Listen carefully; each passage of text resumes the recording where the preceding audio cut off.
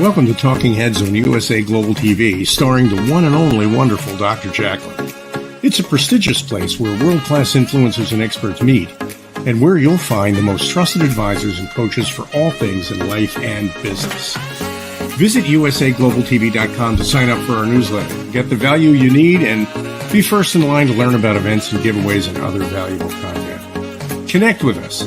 Email Dr. JACALYN at usaglobaltv.com to talk about how you can become part of USA Global TV. That's USA Global TV, where the doctor is always in. Hello, everyone, and welcome to USA Global TV and Radio. I'm Dr. JACALYN KERBECK. I'm the president, founder, and chief listening officer here at our network. Our show today is Authentic Achievements, and we're going to talk today about what it's like to go global, go big or go home. Let's welcome my co-host and friend to the show, KIM-ADELE Randall, and then we'll bring out our guest. Hello, KIM-ADELE. Hi, Dr. JACALYN. How are you? Nice to see you. We missed you last week, so it's nice to have you back. Oh, I know. I'm so sorry about last week. My little girl, bless her, who, appeared on the previous show, had a nosebleed, bless her heart, literally just as we were coming on. And obviously you panicked. So forgive me. By the time I'd actually sorted her out, it was midway through, and I thought that would probably be a bit rude to just bob in. No worries. But it was an amazing show. I really enjoyed listening back. Well, thank you. And it's always great to have you with us. And you've brought another wonderful guest to the platform. For people who are joining for the first time, whether they're listening on the radio or they're watching on TV, I'd love to spotlight you. You've got an amazing backstory that we've discussed, but it really warrants sharing it again about how you got to where you are today. So do tell, KIM-ADELE. Okay, thank you. I always thought it was a pretty ordinary story, but it transpires maybe it might not have been. So I went from hairdresser to the boardrooms of the FTSE 250, navigating a number of challenges along the way, all of which taught me how to build resilience, not just for myself, but for my teams, whether that was overcoming potentially life-threatening illnesses or personal disasters, or also helping organizations go through major transformation, including 7 redundancy programs that I've run, which really led me to wanting to help more people to lead from a place of authentically being themselves, being comfortable that we are perfectly imperfect. And actually, if we share our vulnerability without losing our credibility, we create an amazing place for our people where they can be listened to, understood, and respected. And that drove Authentic Achievements. It drove the purpose of the book.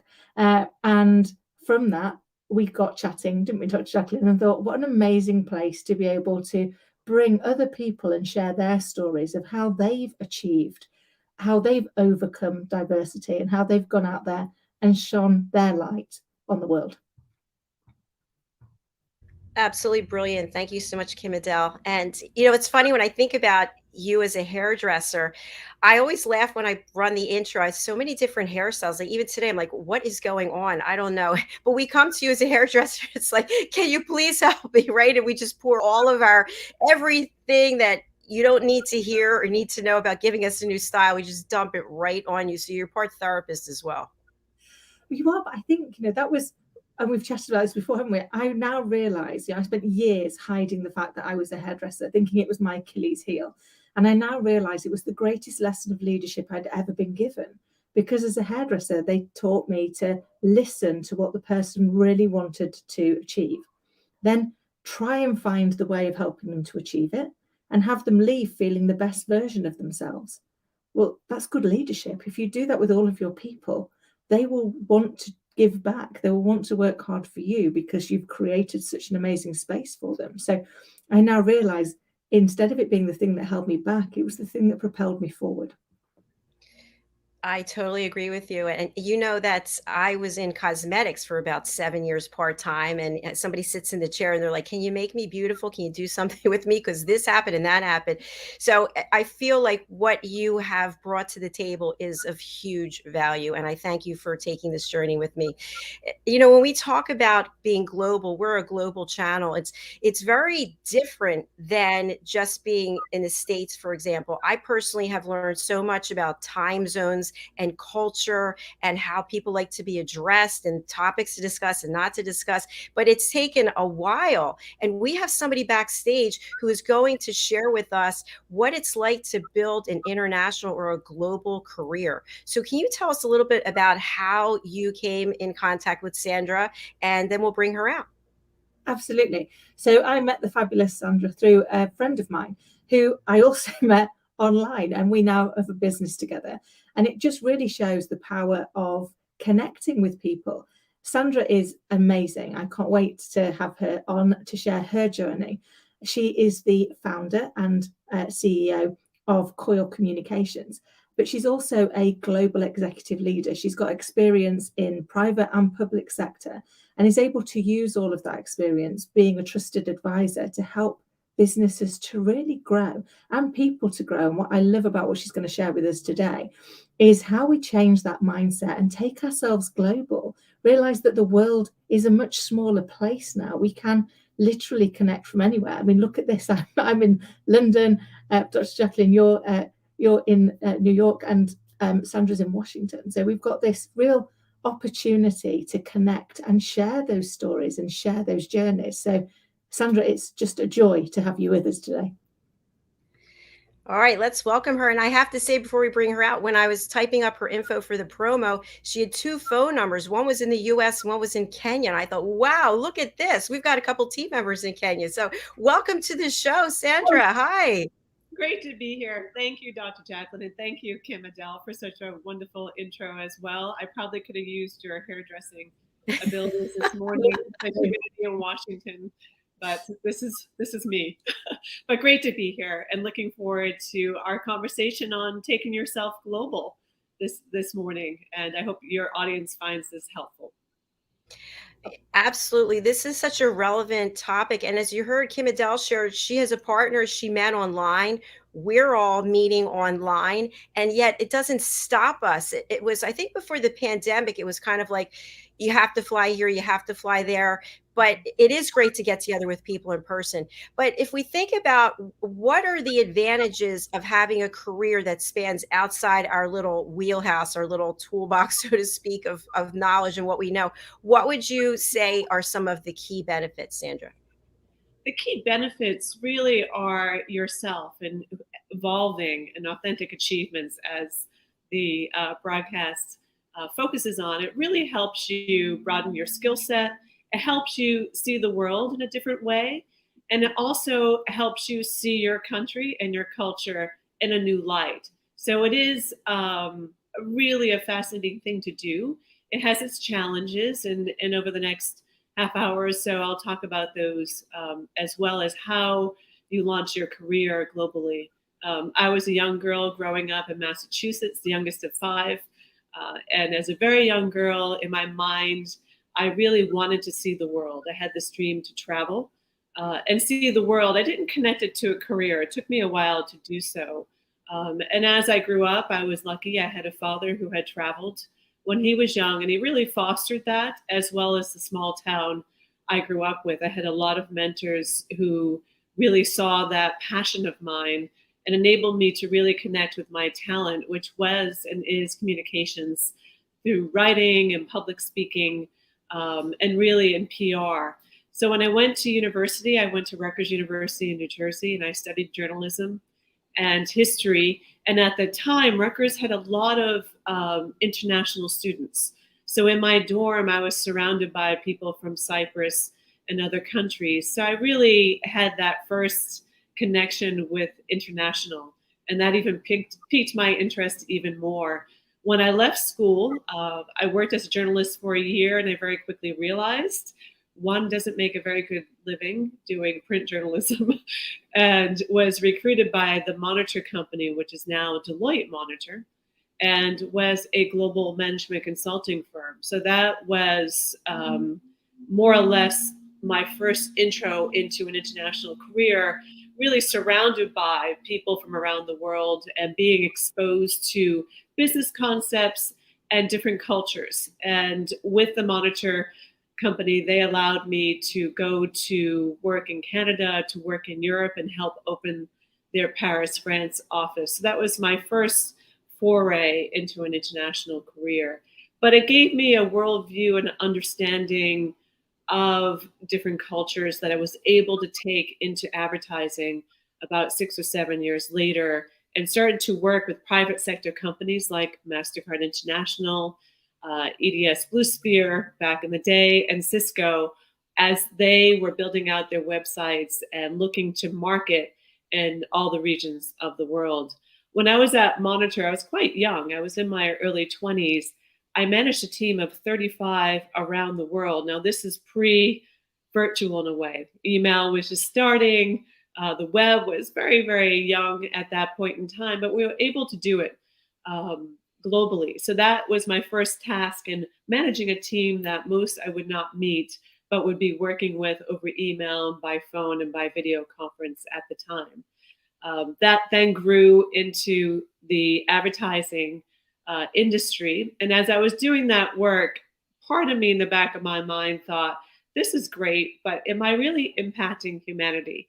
What difference am I making working for corporate? So I actually switched gears and worked on a political campaign for a couple of years to really learn messaging and reaching and outreach to the global public, which then took me into international organizations, starting with the International Baccalaureate. And that took me really around the world. I expanded my career. I went to study at the Fletcher School of Law and Diplomacy, and from there have now worked and lived in about 30 countries that I've worked in. I lived in about 5 different countries around the world. Most recently, as Dr. JACALYN said, in Kenya for about 5 years and Peru for 1 year. But I spent multiple years in Switzerland as well. Wow. Wow, congratulations. When I'm listening to you speak, I'm thinking how liberating to be unattached to things that, I can't leave because I have to be here with this or that. And you're like, no, let me see what's out there and experience life. And that's a great point, Dr. JACALYN, because a lot of times I was offered something. I was lucky. Things were offered to me. I didn't know much about it, and I grabbed the opportunity. So that would be my advice, particularly to anyone really nowadays, no matter where you are in your life. If an opportunity comes up and you're not sure you can do it, or, oh my gosh, I haven't been to that country before, grab it. If we look at, I worked with the African Wildlife Foundation. I had been interviewing with them for months, and they called me, I think 4 months later, and said, you're the person we need. We've interviewed people in different areas, but you're the person we need right now. They said, but we have a question for you. Would you move to Kenya? I had never been to Kenya before.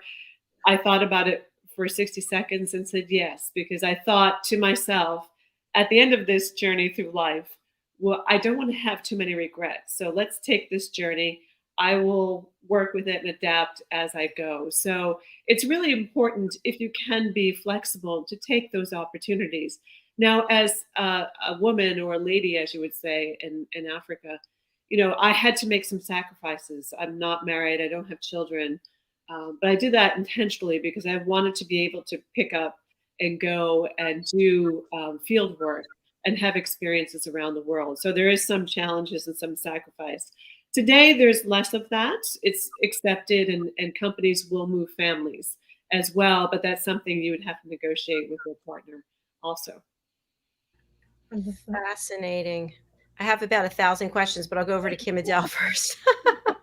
I love the whole piece around, not wanting too many regrets, because I think, is it Mark Twain that said 20 years from now, the things you regret are the opportunities you didn't take, and that you've just got to, sometimes you just got to go with it, haven't you? And go, I don't really know how to do this, but it's trust that it's being offered to you for a reason. And I love that you also took your passion and your curiosity as a child and have turned it into the thing that you get to do all of the time. I mean, that's amazing, and I love that, you know, that you've shared. So what advice could you give people on honing that? Because you mentioned as part of your story that you knew you wanted to travel, but you hadn't quite worked out that how that would fit into a career, and yet obviously you've now merged those so beautifully. So what advice could you share with the people watching and listening on how do they turn their passion? How do they define that into something that's going to become their career?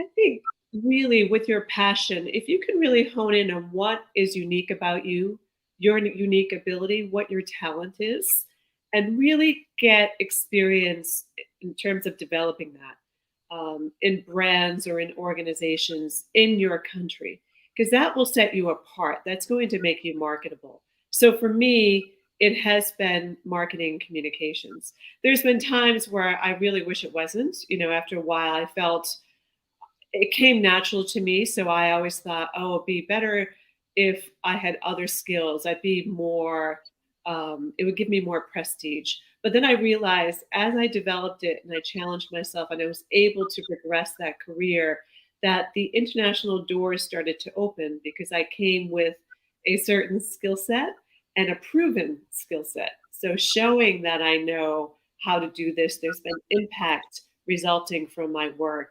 That's important. If you can do that in your home country, you could do it for 5 years, 10 years, 15 years. If you look, I'm in my early 50s. I really didn't go and live overseas until I was close to 50 on a permanent basis. So it's something that sets you apart. So you have to really identify yourself and have those conversations or hire a coach like KIM-ADELE or someone to work with you to really identify what is your unique selling proposition, so to speak, to use USP for an example. What sets you apart, and really work on excelling there, getting enough education and training, and then showing results of that work that you can then take. So in a way, a portfolio that you can bring to other brands. I think what's important also is to have another language. So if you could really hone and work on developing at least one other outside of your native language where you can develop close to fluency, that really makes you marketable. Now, of course, if you look at the UN, it's French, Spanish, Chinese, Arabic, Russian are the key languages versus English, Spanish, English, French, and Spanish, but they're widening that. So wherever you have a natural ability or affinity or a language you want to learn, if you can do that, either doing that as part of your university work or your K-12 work in the States, as we would call it, to get that language ability in, that helps your chances. Because now, as Dr. JACALYN mentioned in the intro, the world is really global now, easily global in our virtual world. So the competition has opened as well. And I had one recruiter say to me this year that doing Zoom interviews is great because it levels the playing field. There are some people who are really good at presentations in front of people, but not everybody is, where Zoom makes it more equal. So you have more opportunities, but now there's more competition. So if you can understand what your unique talent is, develop it through education, training, and practice, and also learn another language, that will really set you apart. Great tips. Thank you so much. A question that I'm coming up with right now is when we think about it's so much easier to get in touch with people. I don't care who they are because of the pandemic and everyone being online. And it's also so quick for information to spread like wildfire across the world. And I know one of your areas of expertise is crisis communications. And I'm wondering, how do you work with your clients, at least here in the States? As you know, every day there's some crisis, right? There's some fallout for politicians or celebrities, and then they need somebody to help them really take that information and maybe massage it, so to speak. So how do you work with your clients in that area? Thank you, Dr. JACALYN. I've been doing that quite a bit these past probably 6 months, working with clients in Africa through a communications agency, a global communications agency. I've been consulting their leadership, their managing directors on crisis. What I'm finding is that there's more of a reaction to any type of negativity on social media.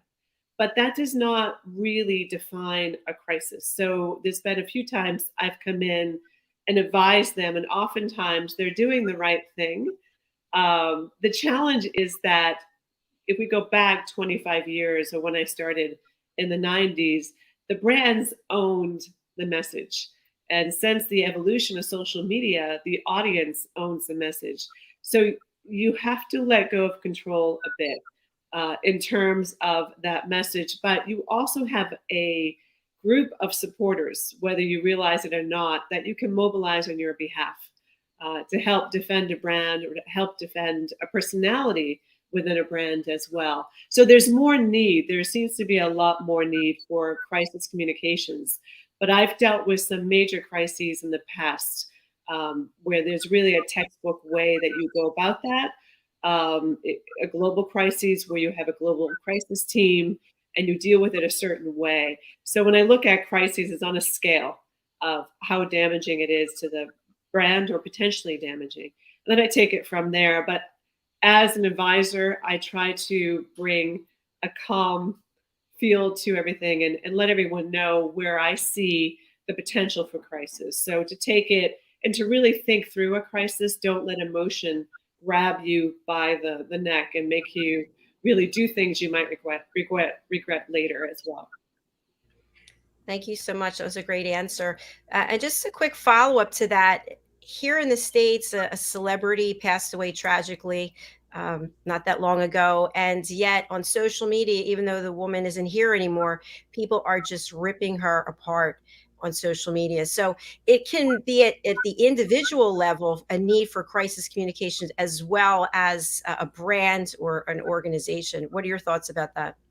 Absolutely, Dr. Jacqueline. I've been a big fan of Anne Heche. She was a tremendous actress, and it's really devastating to see what happened. I don't think we have all the facts behind it, and I think you're right. She's been tried and sentenced over social media, and I've read the comments as well, diagnosing her and everything. We don't know what happened that day or the lead up to that day. It was all very tragic. But this is where I wonder, because often very public brands have an estate. Maybe that's not in effect, but they're managed. If you look at, for example, Marilyn Monroe's estate, there was controversy around Kim Kardashian wearing her dress, but apparently the estate allowed it. So there's management of a brand posthumously. So I'm hoping in time that will happen to repair the damage to her character as well. So there's a lot of quick character assassination I've seen happen, particularly in the West. When I was in Africa, I didn't see that as much, but coming back after 5 years, it seems like everyone's quite judgmental of each other. We shouldn't be that way, right? We're all not perfect. And I think my heart goes out to Anne Heche, her family, the woman who was in the home and the homeowner. Tragic all around, but I think people should hesitate a bit before they put things out in terms of understanding the whole picture of this individual. She had a fascinating life. She was incredibly talented. I hope over time her legacy will come back, but it's something for celebrities to think about, because things will happen that are a longer term of that particular brand. So there has to be management of a brand long term, and that considered as well. Thank you so much. I'm sorry, I could go on and on. KIM-ADELE, I'm going to go over to you. It's fascinating, and you're right. People can, and we all can, be very quick to rush to judgment, can't we? To define what we believe is happening. But if we can swap judgment for curiosity, if we can, seek to understand, then we might find out something new. And you put it so eloquently. We can get caught up in the emotion, can't we? It's not what's happening, it's what we've made it mean. And now we're over here and we've created a brand new story that's really exciting, much more interesting than the reality of what actually happens. You talked a little bit about how that differs. Obviously you've been over in Kenya for 5 years. What other kind of big cultural things did you see that you kind of perhaps when you've come back the volume has been turned up on because you suddenly see how magnified they are? That's a great question, KIM-ADELE. It's interesting because in Africa, 54 countries, very big, and every country is different. There is a large youth population. If you look at Kenya, I believe it's close to 70% are under the age of 40. I think Uganda is 80%. So that's a very young population that is very tech savvy. So they've been working with mobile money and Pesa in Kenya for years. And they are really, I was very excited there. There's an energy happening across the board that is very exciting to watch. But I say it in Kenya because the Kenyan people are extraordinary. They're very caring and respectful of each other, very welcoming. I think, we say the wildlife is the brand of Kenya, but Kenyans are the brand of Kenya. And the president said something to that effect recently as well. So there's a respect for the other overall in your day-to-day existence. I had a lot of trepidation coming back to the States. I kept delaying it for a year and a half. And because I was watching the news, I couldn't understand, and I had not come back for 2 years. So I was really out of the loop. Me Too happened. The US had gone through several cultural revolutions. I came back and I was really I had trepidation, but I was working overseas as well as executive director of an organization in The Hague on a consulting basis. So I was working with international, not so much American. So I told myself, step lightly because it looks like everyone is taking offense. So even shopping, if someone yelled at me, I just kept my head down and didn't respond because it felt like everybody was on, they're nervous. There's some fear that I saw in people's eyes when I came here. But I think so much had happened overall. So I think that's my advice to people. When you do go overseas, you change while you're there, but your country is changing at the same time, sometimes more rapidly than others. So when you come back and you try to meet each other, it may not happen. There's a saying, you can't go home again. So I still, in a way, it's been a year for me. I feel a bit like an alien here because the US I left is not the US today, and the Sandra who left is not the Sandra of before. So, in time, I'm getting used to it, but something for people to realize once you leave home, you can't really go home again. I love that. A lot to think about there. And Sandra, I'm also wondering, as we become more of a global community, really meaning that it's not just about what we're doing here in the States or what you're doing in the UK, we have to look out for this planet, for each other. How do we come to understand other cultures and other rituals and other things that people do in countries where we're traveling so we don't offend people, but we celebrate them?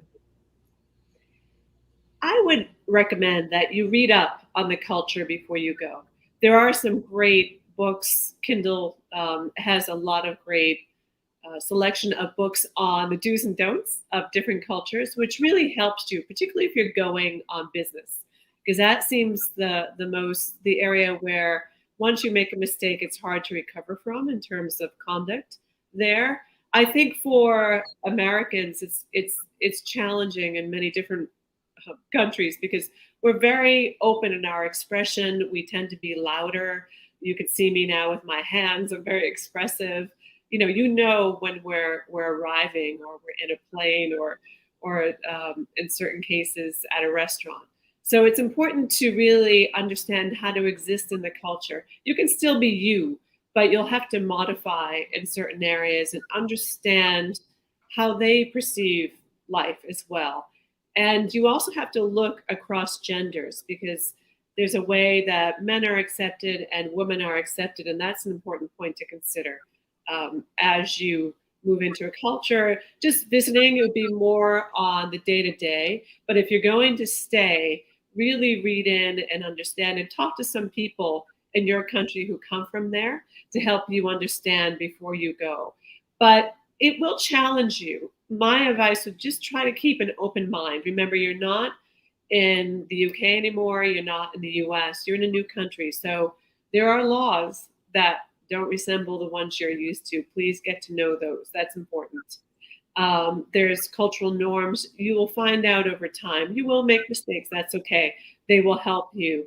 But don't go in expecting the same experience or demanding the same experience. So where I lived in Kenya, we barely had hot water. We had to have the water pumped in. So I got used to my cold showers and I didn't complain about it. I had someone from America come in and he was totally upset. He was down in the management office in the morning demanding hot water. Well, it's just not going to come. It's out of their control, right? So you really want to be respectful of others and ensure you're kind, because kind is something we all should be practicing, but also you want to assimilate into the culture without creating too many bumps along the way. Sometimes it could impact your security as well. I've warned a few people, don't go after people like you would in the US. You don't have the legal coverage. You can't sue everyone, and you might create enemies down the road. So you have to be really gentle and more of a listener going into a culture than someone who's espousing out. So it's good to just sit back and try to soak as much in as you can. And if you don't know, ask. People will help you as well. Such great advice. You're right. Kindness is a gift that we all have.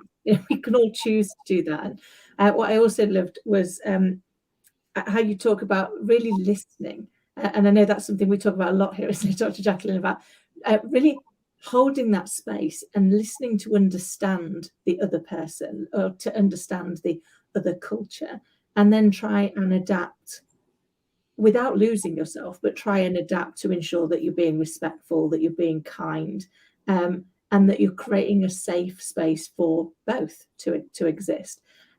You've shared already such amazing advice on how we can really start that listening early, even if that's through reading books and audible books, but start to pique that curiosity. What would you say has been the biggest lesson that you've learned from moving around cultures? To be patient. I was a New Yorker for 13 years. Lived and worked in New York City in advertising, and I was running around like Carrie was in Sex and the City. I was ambitious. I had a lot of energy. I wasn't patient. I moved to Washington. I went to the Fletcher School of Law and Diplomacy, which is one of the oldest diplomatic schools in the US. So that helped me kind of refine myself. But I think it's been nothing but wonderful for me. It's really changed me as a person. I became patient. Nothing is that urgent. And it's part of, I think, with that diplomatic training, to really be patient as much as you can. A lot of things are going to be out of your control. When you walk into a new country and a new language, your brain is working overtime, and you're new and you have zero control. So being patient will help your stress levels, your health, and it will enable you, and really be patient with yourself, because you will get upset. You will get angry, but find a way to deal with that. Like for me, I took up trail running in Kenya. I found outlets. I took up boxing as well. So you find ways to, there's a lot of countries that are former colonies, British colonies, right? So that culture is still there. And I had to learn that emoting like we do. I had a pet in Kenya that passed away, and I was just streaming with tears when I showed up at the vet. And he said to me, "Go down the hall to the washroom and clean yourself up before you go out." It was 9 o'clock at night in this small village. Nobody was out. I was horrified. So I just kind of cleaned myself up. But, know that don't judge yourself too harshly, because you will be judged a little bit as to how well you're developing. Be patient with others and be patient with yourself. And then find an outlet. If you're a type A, like I was, find something that you can do where that energy is harnessed that way. It goes in that direction, not out at the people around you. I love that. Brilliant. Such Thank you. great Really like advice. I'm wondering, Sandra, with all the places you've been, all the people you've helped, all the organizations you've worked with, what is some of the feedback that you've received about the tremendous value that you've brought to them? It's interesting. I actually reconnected with a former staff member that I hired at African Wildlife Foundation just this week. His name is Philip Ogola. He's called the digital humanitarian in Kenya, very well known. And he's had quite an amazing journey in his childhood to where he was. He's really one of the top social media performers and influencers in Kenya. And we managed to hire him for African Wildlife Foundation. And we lost touch and we reconnected, I think, after a couple of years. And he told me on Tuesday that I was the first one to really believe in him without a degree. And he told me that has made such a difference in his life and career. So I was happy to hear it. And he said he felt validated for the first time in his life. I think at the time he was in his 20s. So it's good. And I think that's where the American culture came in, because I didn't care. He didn't have a degree. I knew his track record and how impressive he was. So for me, I saw him as a major win for the organization overall. So to hear that is great. I think overall, when I look back and what I hear and see all these organizations growing, it's really a great legacy to leave behind. For me, a lot of them, if not all, are purpose driven. So to know that they've stayed alive, they've made impact, increased impact, has really been a joy for me overall. And to see them flourish and really change the lives of people in different regions has really made me smile and made me happy and made my work worth it over time. Well, congratulations on all your contributions. What's next for you?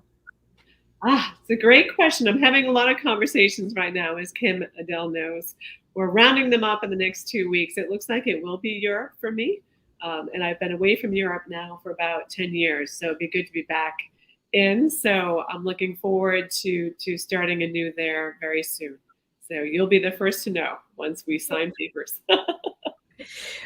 That's super exciting. So walk us just through that process as you're in it right now. So you're thinking about making this big move. What are some of the things that you start to do just on a tactical level as opposed to the strategic level?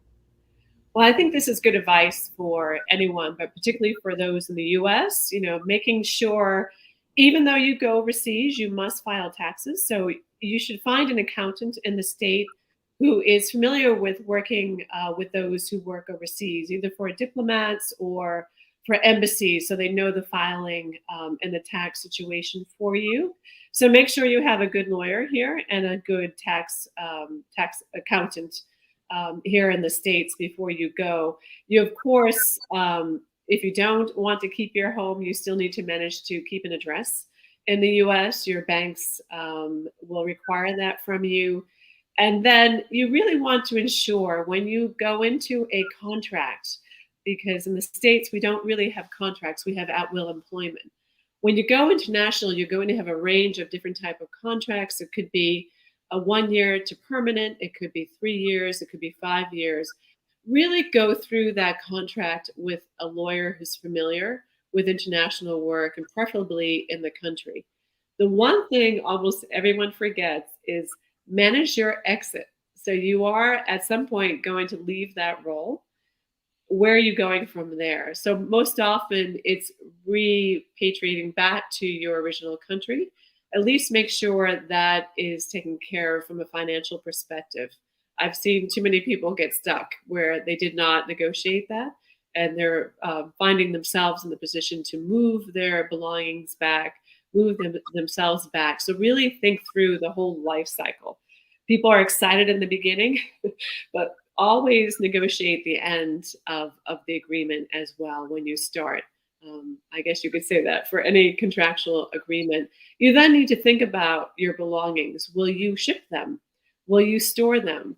One great advice an architect friend of mine gave is measure your couch, because a lot of times you might be moving to a country where your furniture just won't make it through the door or the window. So you have to really be practical and decide, is it better to store in the US and then purchase anew in the country you'll be in. You know, you have different electrical outlets across the world as well. So thinking of that, if you have children, you really need to look into the schooling situation. Is there an international school near the office? If you have pets, arranging for them to have all their vaccinations and be ready to fly overseas in a healthy way as well. So there's a lot of moving parts, but with a good company, they'll be helping you with a relocation assistant through that whole process as well. But if not, just be smart and think about the whole life cycle and what you'll be doing after that role as well. I love that. I just learned so much from what you shared. Wow, my eyes are like, oh, I never even thought of those things. Thank you. You're so welcome. It's so exciting because you don't think of those. I love the measure your couch because you're right. I know. I thought about that too. I'm like, oh my gosh, wow. Yeah. So we are just about at the end of our show. I'd love to spotlight you. And for people who cannot read the banner or they're on the radio, what's the best way for people to reach out to you, and who would you like to contact you? You can reach me on coylecomms.com. That's COYLECOMMS.com. I'm on Twitter at coylecomms as well. My email is there. Probably the best way is through Twitter or through the website itself. And I would love for anyone who is looking to go global, or anyone who is dealing with crisis communications issues or any communications issues, to do feel free to reach out to me anytime. All right. Thank you so much for being here. And we're excited for this next part of your journey. Please come back and let us know what you decided, how things are going. I would love to. Thank you so much for having me today. It's been real joy speaking with you. And I hope your audience finds these tips really helpful. It's been a joy, Sandra, and I can't wait to hear the news and the update. And when you're in Europe, we're really close. We should actually exactly meet. Meeting in person. How exciting. I love it. No, it'd be so revolutionary nowadays. For sure. I'm standing here in this dress with socks. It's what are shoes? I don't even know. Well, it's been an absolute pleasure. Best wishes to you. And again, please do come back and see us. Wonderful. Thank you so much. Have a lovely day. Thank you. Bye for now. KIM-ADELE, thank you so much for bringing Sandra here. I literally have so many things that I still have more questions, but I learned so much, and I'm sure you did as well. Yeah, she's lovely. Yeah, I think, sometimes I have to pinch myself for the blessed life that I lead, where people like you and like Sandra just keep popping up into my life, and it's like, wow, I don't know what I did to deserve this, but I am truly grateful that I did, because you just get to learn so much and meet amazing people, and all those things you wouldn't have thought of. It never would have crossed my mind. To great advice that she gave around managing your exit, because that's one of the things that we help businesses with. You go into business, but have the end in mind. What do you want to happen with it? It's because you're not going to live forever. We're not immortal. But the same, when we're thinking of going abroad, and that, always start with the end in mind is such great insight, isn't it? Yes, for sure. I mean, just the point about the taxes. I mean, I guess we don't want to think about taxes, right? It's like, oh, I can't leave this country and not pay taxes. I know some places, I think, where is it, in France, right? Monte Carlo, maybe somewhere. But yeah, all great points. So I just said to my sister, she's here now in the house, I said to her last night, I cannot believe how much I learned every week. If you figure there's 29 shows and we have our co-hosts and our guests, it's just amazing to me. Instead of sitting in my little world where I was in corporate, which I'm very grateful for the career I had, I'm not saying anything about it, but it's so different now, meeting people from all over the world and hearing their stories. I am truly blessed. And thank you for being here with me. And again, for just always coming with your A game and just being so real and authentic. I really value that about you. Oh, no, thank you. I'm just so thrilled and honored to be part of the platform and to join you in learning, because people have got so much to share. And I think I've always thought that everybody's got a story in them. Everyone's got a story that they want to share. And you're giving them the platform within which to do that. And like you say, with every single one of them, we learn something. I sometimes have to find myself going, oh, actually, no, I'm supposed to be asking a question now. I'm so absorbed in what they're saying. I know. I didn't even run the sponsorships today. And yesterday we had someone talking about dementia, and I had her on Spotlight. I was like crying. I was like, get it together, it's TV, but you just learn so much, but yet we are human beings and we do have emotions. So before we close out, because we've got the power of etiquette and manners coming up right after this with the British School of Excellence. And we actually have a flight attendant from Dubai. So I'm excited for that show. We have a new show starting on Sunday. I came up with this idea. It's called Get Off Your Couch Workouts. So it's a 30-minute show on Sundays at 3. And I'm going to be 3 p.m. Eastern Standard Time, which is 8 p.m. British Summer Time. And we're going to be doing actual live exercise right here. So I would love for people to join us, especially. I need to get off my couch, so I will definitely join you. I mean, you could be on the couch doing a few things, but we really need to get off the couch, especially if you're shipping the couch to Europe, wherever it's going, get off of it. So. All right, my dear friend, I'm going to spotlight you. Please let us know how people can reach out to you and who should contact you. Of course. Thank you, Lovely. So please do get in touch. You can find me either at AuthenticAchievements.com. You can get in touch directly. It's Kim@KIM-ADELE-RANDALL.com, or you can find me on social media, either as KIM-ADELE10 or Kim-ADELE-RANDALL. And I would love to hear your stories. I particularly work with organizations that are looking to scale and grow and to plan what next for them. So if that's you and you would like some help in how you scale up effectively, then please do get in touch. Or if you've got an amazing journey of how you achieved your authentic self, please do get in touch and come and join us. We'd love to hear your story and share it with the world. Fantastic. Actually, I'm going to introduce you to someone. His name is Bob Brill. He was here yesterday. He's been with CBS Radio, I think, for 50 years, and he's an author. I think it would be a great connection. So I'll do that right after the show. Thank you. All right. Thank you so much. Enjoy the rest of your weekend. I look forward to seeing you next week. Yeah, me too. You take care. Bye-bye. You too. Thanks. Bye. Thank you, everyone, whether you're watching or listening, whether it's on the live or the replay. I truly appreciate you. I mean that from the bottom of my heart. If you are just tuning in for the first time, this is what I do for a living. I do 29 shows a week behind this green screen. So if you'd like to be a guest on any of our shows, we welcome you. Please go over to our website, which is usaglobaltv.com. You'll see book your session, and you can go and book on any of the shows that we have there if you feel that it resonates with your topic, with your message. I'm all about helping other people and getting the message out. In addition to what I do here at USA Global TV, I also have another business, which is Dr. JACALYN LLC, drjacalyn.com. And I teach people how to listen at an elevated level through a program called The Power of Listening. If you'd like to learn how to listen at an elevated level without judgment, without interrupting, without providing a solution, and without the dreaded stage hogging, please do go over and book your session there. And you can become one of our elevated listeners. They're team members here at USA Global TV, and I celebrate them and let the world know these are people you want to work with and get to know because they listen at an elevated level.